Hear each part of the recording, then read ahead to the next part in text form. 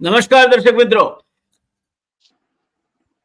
સૌના સરદાર અને વીર વિઠ્ઠલભાઈ ની આ ચર્ચા શૃંખલામાં ફરી એકવાર હું આપનો દોસ્ત જયનારાયણ વ્યાસ આપનું સ્વાગત કરું છું.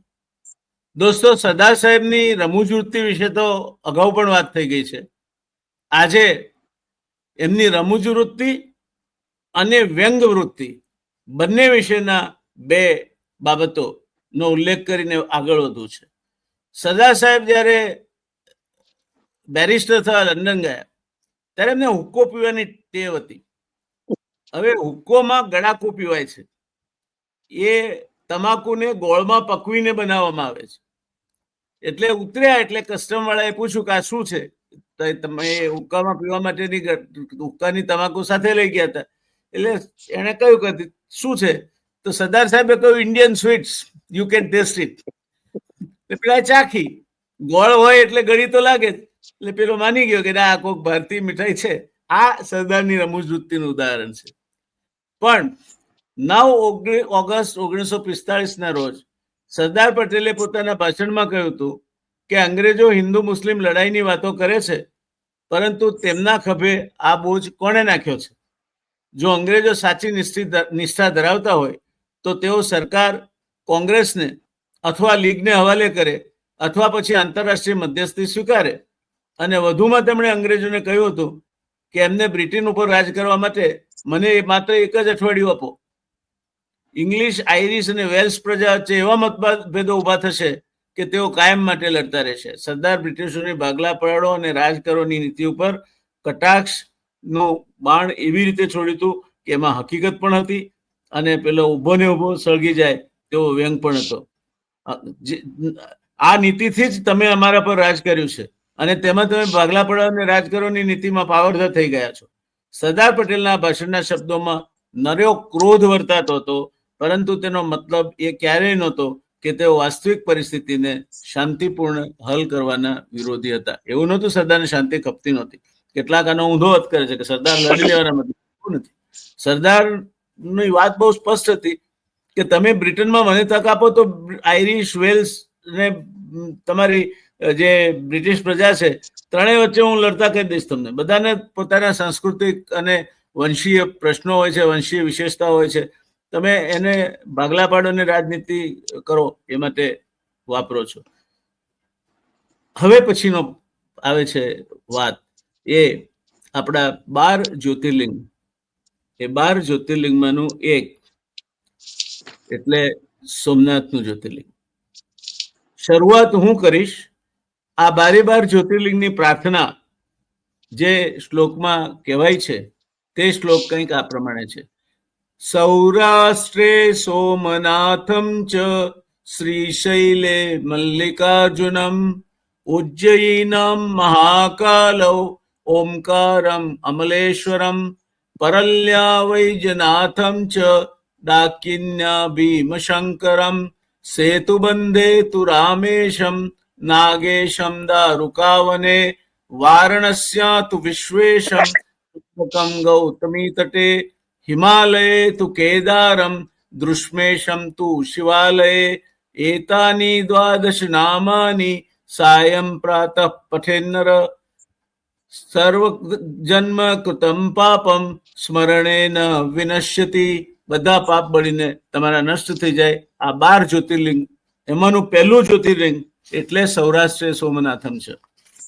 આની વાર્તા શરૂ કરવાનું હું હવે મારા મિત્ર રસેશભાઈને કહીશ. એનો જે શ્લોક છે એ મેં ગાઈ સંભળાયો. શિવલિંગ પૂજા પદ્ધતિમાં આદિ અનાદિકાળથી શિવ, બ્રહ્મા, વિષ્ણુ ને મહેશ આ ત્રણ ત્રિદેવ. એક સર્જનના દેવ છે બ્રહ્મા, વિષ્ણુ નિયમનના દેવ છે, સૃષ્ટિનું સંચાલન કરવું, એની રાખ રખાપત કરવી, અને શિવ એ વિનાશના દેવ છે. શિવને 3 નેત્ર છે, એમાં ત્રીજું નેત્ર જ્યારે શિવ ખોલે ત્યારે બધું બળીને ભસ્મ થઈ જાય. સ્મશાનમાં વહેતો જોગી વેશે ફરતો આ જટાધારી જોગી એવો છે કે એ શિવ એટલે કલ્યાણ અને દેવાધિદેવ કહેવાય છે. આ બધા દેવોનો દેવ એટલા માટે કહેવાય છે કે સમુદ્ર મંથન થયું અને જ્યારે એમાંથી બધું રત્નો નીકળ્યા, બધું નીકળ્યું ધન્વંતરી નીકળ્યા, સાથે હળાહળ વિષ પણ નીકળ્યું.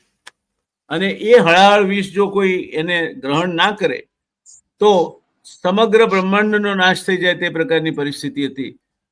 ત્યારે દેવોએ પ્રાર્થના કરી મહાદેવને કે તમે આમાંથી અમને બચાવો. અને મહાદેવે આખું હળાહળ વિષ ગટગટાવી ગયા અને કંઠમાં અહીં અટકાવીને રાખ્યું. એના કારણે ઝેરની અસરના કારણે એમનો કંઠ મોરપીંછના જેવો નીલો થઈ ગયો અને એટલે નીલકંઠ કહેવાય. આ શિવ, એના માટે ભક્તો એવું કે છે, બોલા નાથ દેને વાલા, બોલા નાથ દેને વાલા, કોઈ ઓર નહીં. બોલા नाथ देने वाला, बोला नाथ देने वाला, कोई और नहीं. वो तो तेरा है रखवाला, वो भी मेरा है रखवाला, कोई और नहीं. बोला नाथ देने वाला, बोला नाथ देने वाला, कोई और नहीं. डम डम डम डम डमरू बाजे, सांब सदा शिव तांडव नाचे. डम डम डम डम डमरू बाजे, सांब सदा शिव तांडव नाचे. उसके गले में मुंड की माला, वो तो है हाथ में त्रिशूल वाला, कोई और नहीं. वो है मेरा तो रखवाला, तेरा भी है वो रखवाला, तेरा मेरा वो रखवाला, कोई और नहीं. આ એક ભજનની પંક્તિઓ હતી જે ભગવાન ભોળાનાથ ની ભક્તિમાં ગવાયેલી છે. એ શિવ એટલા માટે કહેવાય છે કે હંમેશા એને કલ્યાણનું જ વરદાન આપ્યું છે. દેવોને પણ અનેક સમયે કલ્પી ન શકાય તેવી આપત્તિઓમાંથી બચાવ્યા છે અને એના ભોળપણમાં દેવો માટે કલ્પી ન શકાય એવી આપત્તિઓ ઊભી પણ કરી છે. એને બાણાસુરને 1000 હાથનું વચન આપ્યું અને એ પણ વચન આપ્યું કે એ જ્યાં લડશે એની સાથે શિવ પણ લડવા ઉભા રહેશે. એને રાવણને આત્મલિંગ આપ્યું, ભસ્માસુરને જ્યાં હાથ મૂકે તે ભસ્મ થઈ જાય એવું વરદાન આપ્યું. આ ભોળીઓ શંભુ છે. એટલે એમાંનું પહેલું જ્યોતિર્લિંગ સોમ એટલે ચંદ્ર, એના કારણે સોમનાથ કહેવાય છે. ચંદ્રની ભક્તિ, ચંદ્ર દોષ કોઈને નડતો હોય તો એની ભક્તિ કરવાથી નાશ થાય છે. અને મૂળ વાર્તા એવી છે કે દક્ષ પ્રજાપતિની 16 કન્યાઓ ચંદ્રને વરાવી હતી. એમાંની એક માટે ચંદ્ર વધારે વિરક્તિ રાખતો હતો, આસક્તિ રાખતો હતો અને બાકીનાઓને અવગણતો હતો. એટલે પેલી કન્યાઓએ ફરિયાદ કરી બ્રહ્માજીને કે આ અમને અવગણે છે. એટલે બોલાવીને સમજાવ્યું એમણે ચંદ્રને કે ભાઈ આ ખોટું કરે છે, બધાને સરખી રીતે રાખ. છતાં પણ નહીં માન્યો અને આ ફરિયાદ ચાલુ રહી. ત્યારે પછી એને શ્રાપ આપ્યો કે જા, તારો નાશ થશે, તું ગળતો જઈશ, આજથી 15મા દિવસે તું વિનાશ પામીશ. એટલે ચંદ્ર આમ જુઓ તો પૂનમનો આખો હોય અને અમાસના દાડે શૂન્ય થઈ જાય, 0 થઈ જાય. એ શ્રાપમાંથી એને મુક્તિ મળી અને સંપૂર્ણ અમાસનો ચંદ્ર બનાવી દેવાનો શ્રાપ મળ્યો હતો. એમાંથી મુક્તિ મેળવવા માટે એણે ભગવાન શંકરની આરાધના કરી અને એમણે એને આ વ્રત કરવાનું કહ્યું. જે વ્રત એને સોમનાથમાં કર્યું. એટલે સોમ એટલે ચંદ્ર અને નાથ એટલે પતિ.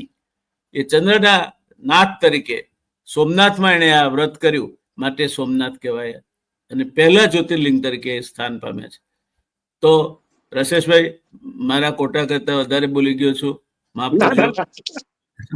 હવે અમારા માટે જાણકારી તો અમારા માટે પણ વધારે જ છે. જેટલું મળે એટલું ઓછું છે. કે મને આટલું બધું તો સોમનાથ મંદિરની જાણકારી નથી, પણ સારું થયું આ બધું લોકવાયકા અને આપણી જે દંતકથાઓ છે એ જાણવા મળી એ બાને. પણ આ દંતકથા નથી, આ શાસ્ત્રોક્ત કથાઓ. શાસ્ત્રોક્ત કથાઓ. ઓકે, હા. એટલે હવે એમાં આ સોમનાથ મંદિર એટલે આપણે બધા જાણીએ છીએ કે જુનાગઢ પાસે આવ્યું અને સોમનાથ મંદિરના દરિયા કિનારે હતું.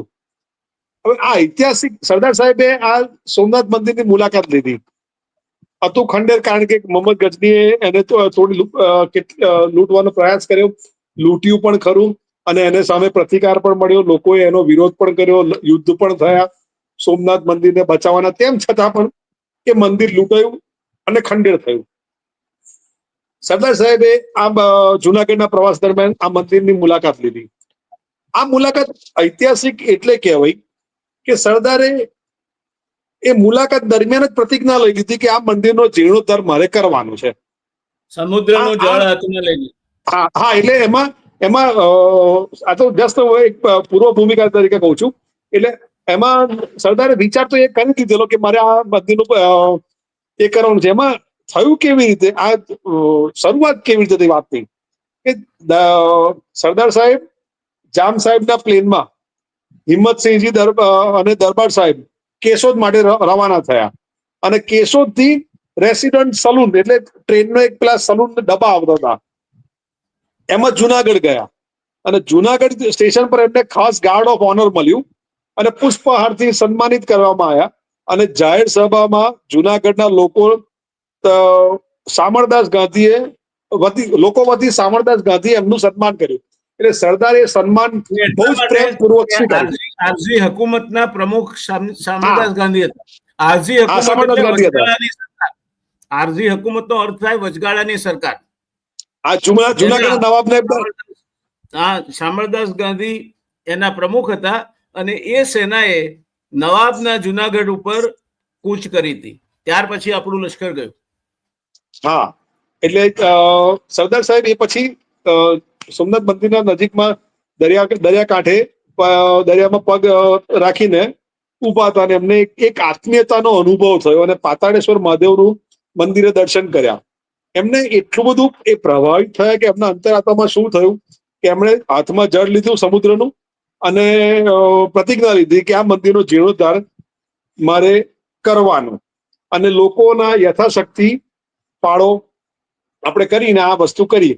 હવે ભારત આમાં એક થોડું કોન્ટ્રોવર્સી પણ એક ચાલી રહી છે, પોલિટિકલ કોન્ટ્રોવર્સી કહી શકું, એવું નહીં કે થઈ હતી જા.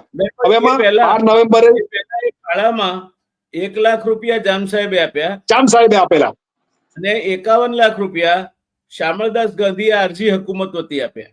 હા હા, પણ હવે આમાં જયારે નક્કી થયું કે આ ભારત સરકાર બનાવશે ત્યારે ગાંધીજીએ વાત એવી કરી કે જો આપણે આ ભારત સરકાર જો આવી રીતે મંદિર બનાવવા બેસે તો દરેક ધર્મના લોકો પોતાના ધાર્મિક સ્થળોને બાંધવા માટે ભારત સરકાર પાસેથી મદદ માંગશે અને પછી આપણે પહોંચી નહીં વળીએ. ગાંધીજીનો મેઇન ઉદ્દેશ કહો કે જે કોઈ આ હતો અર્થ વાત કહેવાનો. અત્યારના પરિપ્રેક્ષ્યમાં કહીએ તો લોકોએ રાજકારણમાં એનો મુદ્દો બનાવીને એવી રીતે જણાવવામાં આવ્યું કે ગાંધીજીએ હિન્દુના મંદિરનો વિરોધ કર્યો અને નહેરુએ એમનો સાથ આપ્યો. હકીકતમાં સરદાર સાહેબે જયારે નક્કી કર્યું કે ભારત સરકાર આ મંદિરનો જીર્ણોદ્ધાર પોતાના ભારત સરકારના ખર્ચે થશે ત્યારે સૌથી પહેલા જે નહેરુ હતા કે જેમણે એમાં હામી ભરેલી, વડાપ્રધાન નહેરુ, કે ભાઈ હા આપણે આ કરીશું. પણ જયારે ગાંધીજીએ એમ કહ્યું કે ભાઈ બીજા દરેક ધર્મનું સન્માન કરવું પડે, કોઈ એક ધર્મ માટે આ કરી ન શકાય, એટલે સરદાર સાહેબે પછી એના માટે ફાળો ઉઘરાવવાનું નક્કી કર્યું અને ફાળો ઉઘરાયો. અને રસેશભાઈ, ગાંધીજી આવું એકલા સોમનાથના મંદિરમાં તે નહોતું કહ્યું. હા, જ્યારે બિરલાજી વિદ્યાનગરમાં એન્જિનિયરિંગ કોલેજ કરવા માટે 25 લાખ આપવાના હતા ત્યારે ગાંધીજી એમને સલાહ આપી કે કસ્તુરભાઈ અમદાવાદમાં કરે છે તો તમે બીજા કોઈ રાજ્યમાં કરો. એટલે ગાંધીજીના જે સજેશન છે એ એમના પોતાના વિચારો પ્રમાણે એમણે કર્યા હોય, એને કોઈ ચોક્કસ માન્યતાઓ સાથે જોડવાનો કોઈ મતલબ નથી. બરાબર છે, બરાબર છે. અને આમાં શામળદાસ ગાંધીએ આરજી હુકુમત વતી 51 લાખ રૂપિયા આપવાની જાહેરાત કરેલી. એટલે વિચાર કરો કે એ જમાનામાં એ મંદિર માટે ફાળો કેટલો સરસ રીતે ઉઘરાયો હતો. ભારત સરકારની તો જરૂર જ ના પડી. એટલે લોકો દ્વારા આ મંદિર રચાયેલું હતું અને જે શ્રદ્ધા હતી અને જે રીતે આ મંદિર લૂંટાયું હતું એના કરતા વધારે સારી રીતે આજે ગુજરાતના ગરિમા અને ગુજરાતનો ગર્વ થાય એવું એક સોમનાથનું મંદિર આજે દરિયાકાંઠે ઊભું છે ને એ વાતનો દરેક વ્યક્તિને ગર્વ છે કે સોમનાથ મંદિર આટલું અડીખમ ઊભું છે. સોમનાથ દર્શન કરવાથી એકદમ આ 12 જ્યોતિર્લિંગ થઈ જવાય છે એવું કહી શકાય. આ 12 જ્યોતિર્લિંગનું માત્ર સ્મરણ કરો સવાર સાંજ તો તમારા જન્મોજન્મના પાપનો નાશ થાય છે. આવું શાસ્ત્રોમાં કહે બરાબર છે. છે. હવે ઓકે. એ જમાનામાં રસેશભાઈ હમ. રાજકીય પુરુષો દંભી નહોતા, ના. નહોતા, મનમાં આવતું હતું એ કહેતા હતા. અને પછી જ્યારે સામૂહિક નિર્ણય લેવાય અથવા કોઈ એક નિર્ણય તરફ કોઈ જાય ત્યારે એની સાથે ઉભા પણ રહેતા હતા. હા. આનો જ્યારે પ્રાણ પ્રતિષ્ઠા, મૂળભૂત રીતે સોમનાથનું મંદિર એ કનૈયાલાલ મુનશીની કલ્પના અને હા. સરદાર સાહેબને એમણે એ વર્ણવી. પણ જ્યારે એનો જીર્ણોદ્ધાર થઈ ગયો અને પ્રાણ પ્રતિષ્ઠા મહોત્સવ થવાનો હતો ત્યારે રાષ્ટ્રપતિ રાજેન્દ્ર બાબુએ ઈચ્છા વ્યક્ત કરી કે હું હાજર રહીશ. તો આવા જ પ્રોટોકોલ થી બંધાઈને એ વખતના વડાપ્રધાન જવાહરલાલ નહેરુએ કહ્યું હતું કે આપ રાષ્ટ્રપતિ તરીકે કોઈ પણ એક ધર્મના પ્રસંગમાં હાજર રહો તે ઉચિત નથી. અને રાજેન્દ્ર બાબુ રાષ્ટ્રપતિ તરીકે વડાપ્રધાનની સલાહને અવગણી એમણે ઓવરરૂલ કરી અને હાજર રહ્યા, તેમનું સ્વાગત પણ કર્યું. હા. એટલે એ જમાનો એવો હતો કે જ્યારે રાજકારણમાં અથવા જાહેર જીવનમાં જે પુરુષો હતા એ ઊંચા ગજાના, ચારિત્રશીલ, પ્રમાણિક અને દંભ રહિત હતા. સર્વધર્મ આદર માટે, સર્વધર્મનો આદર રાખતા હતા. યસ, આદર રાખતા હતા અને પોતાના વિચારો ખુલ્લી રીતે વ્યક્ત કરી શકતા હતા. એકબીજાને સાથે સંમત ના થાય તો એનાથી કઈ એકબીજાના દુશ્મન નહોતા બની જતા. અત્યારની સંકુચિત રાજકારણમાં હવે રાજકારણ બનીશું. એટલા માટે હંમેશા દર્શક મિત્રો કહું છું કે રાજકારણ અને રાજનીતિ બે વચ્ચે તફાવત છે. નીતિ આધારિત રાજ્ય વ્યવસ્થામાં તમે જોડાઓ એ રાજનીતિ છે. અને મેં હંમેશા કહ્યું છે કે હું રાજનીતિમાં છું. રાજકારણ એટલે કારણ આધારિત વ્યવસ્થા. તમારું કોઈ કારણ છે એમાં જવા માટેનું, તમારો કોઈ સ્વાર્થ છે, તમારે એની પાસેથી કંઈ જોઈએ છે, તમારે એની પાસેથી કંઈ કરાવવું છે, એ રાજકારણ છે. અને એ કપટ કરવા પ્રેરે છે. એ રાજકારણ એ શકુનીનું રાજકારણ છે. એ રાજકારણ એ કૌરવોની દ્યુતસભાનું રાજકારણ છે. એ રાજકારણ એ જાત જાતના છળ કપટ જે રમાયા મહાભારતના યુદ્ધ વખતે એનું રાજકારણ છે. એ રાજકારણ એ કંસ અને જરાસંઘનું રાજકારણ છે. એ રાજકારણ છે. એ અહંકાર એટલે શિશુપાલનો અહંકાર છે. એટલે રાજકારણ કહીને આપણે રાજનીતિ શબ્દને એટલો નીચો ઉતારી દીધો છે કે હવે તો સંપૂર્ણપણે નિર્વસ્ત્ર માણસો પણ રાજકારણમાં આવી અને નગ્ન નાચ કરતા હોય છે અને આપણે તાળીઓ પાડીએ છીએ અને એને બિરદાવીએ છીએ. એટલે સોમનાથના મંદિરની પ્રાણ પ્રતિષ્ઠાનો જશ આખી દુનિયા જાણે છે, ઇતિહાસ પણ જાણે છે, તમે પણ જાણતા હશો, કારણ કે એટલી બધી જાણીતી વાત છે. એ સરદાર સાહેબને આભારી છે અને સરદાર સાહેબની આ પ્રેરણા કનૈયાલાલ મુનશીને આધારી છે. કનૈયાલાલ મુનશીના ગુજરાતનો નાથથી માંડીને જેટલી પાટણ ઉપર લખેલી નવલકથા છે બધી જ વાંચવા જેવી છે. કનૈયાલાલ મુનશીના આ પુસ્તકોમાં સૌથી શ્રેષ્ઠ પુસ્તક સંગ્રહ ગણું છું એ કૃષ્ણાવતાર છે. અને ભગવાન શ્રી કૃષ્ણ ઉપર એમણે જે લખ્યું છે એ અદ્ભુત છે, તક મળે વાંચવા જેવું છે. તો દોસ્તો, આજે આપણે આ એપિસોડની સમાપ્તિ સુધીમાં બહુ સારી વાતો કરી. ભગવાન મહાદેવ શંભો, એના માટે તો કહેવાય છે શાંતાકારમ શિખર શયનમ નીલકંઠમ સુરેશમ વિશ્વાધારમ સ્ફટિક સદૃશમ શુભ્રવર્ણમ શુભાંગમ ગૌરીકાંતમ ત્રિતલ નયનમ યોગીભિર્ધ્યાન ગમ્યમ વંદે શંભોર્ભવભયહરમ સર્વલોકૈકનાથમ મૃત્યુંજય મહાદેવ ત્રાહિ મામ શરણાગતમ જન્મ મૃત્યુ જરાવ્યાધિ પીડિતમ કર્મ બંધનૈઃ ઓમ ત્રંબકમ યજામહે સુગંધિમ પુષ્ટિવર્ધનમ ઉર્વારુકમિવ બંધનાત મૃત્યોર્મુક્ષીયમામૃતાતઃ. ઓમ નમઃ શિવાય, નમઃ શિવાય, નમઃ શિવાય. શંભો હર, શંભો હર, શંભો હર. તો આ સાથે જ આપણે આજનો આ પ્રસંગ સમાપ્તિ તરફ લઈ જઈએ છીએ. રસેશભાઈ, ખૂબ ખૂબ આભાર આપનો. આપે આટલું સરસ મજાનું માર્ગદર્શન પૂરું પાડ્યું અને ભાગ લીધો આ ચર્ચામાં. દર્શક મિત્રો, તમારા તો આભાર માનવાનો જ હોય કે તમારા વગર અમે જે કંઈ કરીએ કામું છે. એક જ વિનંતી છે કે આ વધારેમાં વધારે લોકો સુધી પહોંચાડવાનું કામ કરવાનું તમારા પર છોડું છું. તમે તો સબસ્ક્રાઇબ કરો જ, પણ તમારા ઘરમાં જેની પાસે સ્માર્ટફોન છે એ બધા સબસ્ક્રાઇબ કરે તો આ શ્રેણી ઇતિહાસનું જ્ઞાન એમના જ્ઞાનમાં આવશે. તમારા મિત્રોને સબસ્ક્રાઇબ કરવાનું કહો, તમારા સગા સંબંધીઓને સબસ્ક્રાઇબ કરવાનું કહો, વધારેમાં વધારે જોડો. અમને એનાથી કંઈ તમે સબસ્ક્રિપ્શન વધશે તો અમને સબસ્ક્રિપ્શનની કોઈ ફી નથી, એક પૈસો પણ ખર્ચ તમારે નથી કરવાનો, અમને એમાંથી એક પૈસો મળવાનો નથી. પણ સાંઈ મકરંદે એવું કહ્યું છે કે ગમતું હોય તો અલ્યા ગુંજેને ગાલીએ, ગમતા નો કરીએ ગુલાલ. તો અમે બે મિત્રો આ ગમતાનો ગુલાલ કરવાની પ્રક્રિયામાં લાગ્યા છે, તો એમાં તમે પણ જોડાવ ને. એ મજાની ગુલાલ ઉડાડીએ, આપણે આનંદ કરીએ અને મજા કરીએ. તો આવજો, ત્યારે મળીશું ફરી વાર. ધન્યવાદ.